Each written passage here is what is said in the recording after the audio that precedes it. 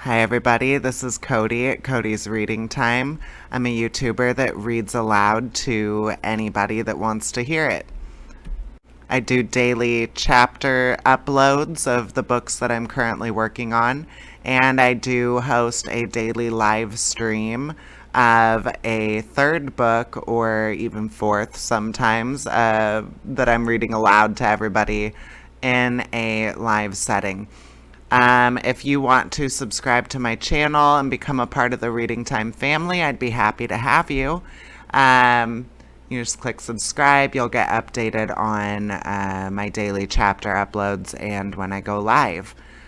All right, I'm going to read today chapter 1, or the first story of The Gingerbread Boy by Laura Rountree Smith.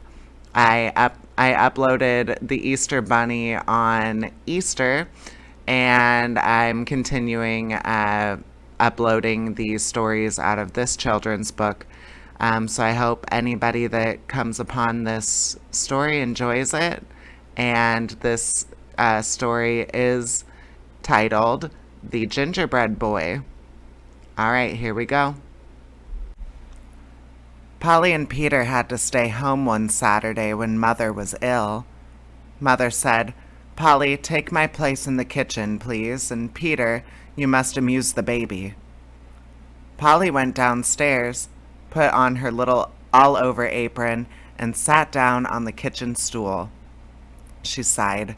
"Oh dear, something always happens on a sunny Saturday when I want to play. We have to miss the school picnic today, but I will smile, and something nice will surely happen." With that, the dimples began to play hide-and-seek upon her face, and she heard an airy, fairy voice calling, "Little fairy, help you out, blithe and gay upon a doubt. I'll introduce you with much joy to the dear little, queer little gingerbread boy." "Who are you?" cried Polly. She looked high and low, but no one was to be seen. Polly smiled again and said, "I have a new apron that I was going to wear to the picnic." "The better to cook with, my dear," said a sugary voice. Polly looked about, but could not see the gingerbread boy, though she felt sure he had spoken. Polly said, "I will make some gingerbread cookies and see what comes of it."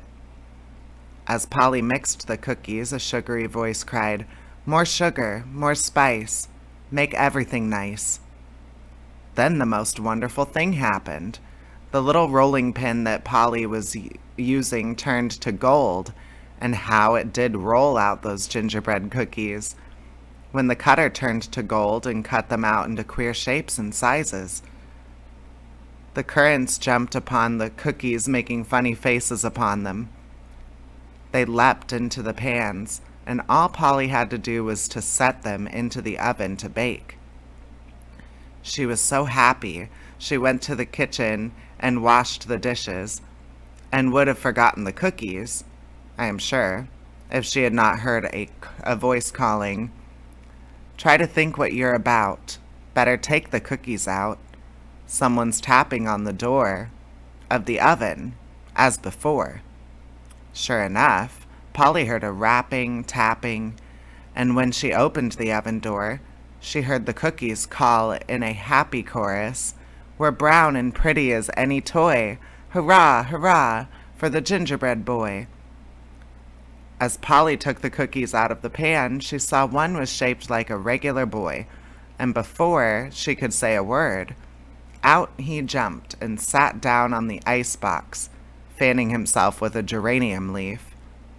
Polly said, "I must go and call Peter. I must introduce him to the gingerbread boy." Peter had been thinking about the picnic, but he tried to amuse the baby by playing ball, and at this very minute in came Polly to tell him about the gingerbread boy. To their surprise, the gingerbread boy said, "If you will eat my hands and feet, you'll feel you've something very sweet." "Oh, oh," cried the children, "it would not be polite to eat you." But all this time they crept nearer and nearer. The gingerbread boy said, "Come, nibble my fingers. Come nibble my toes. I can run. That's the way the fairy tale goes.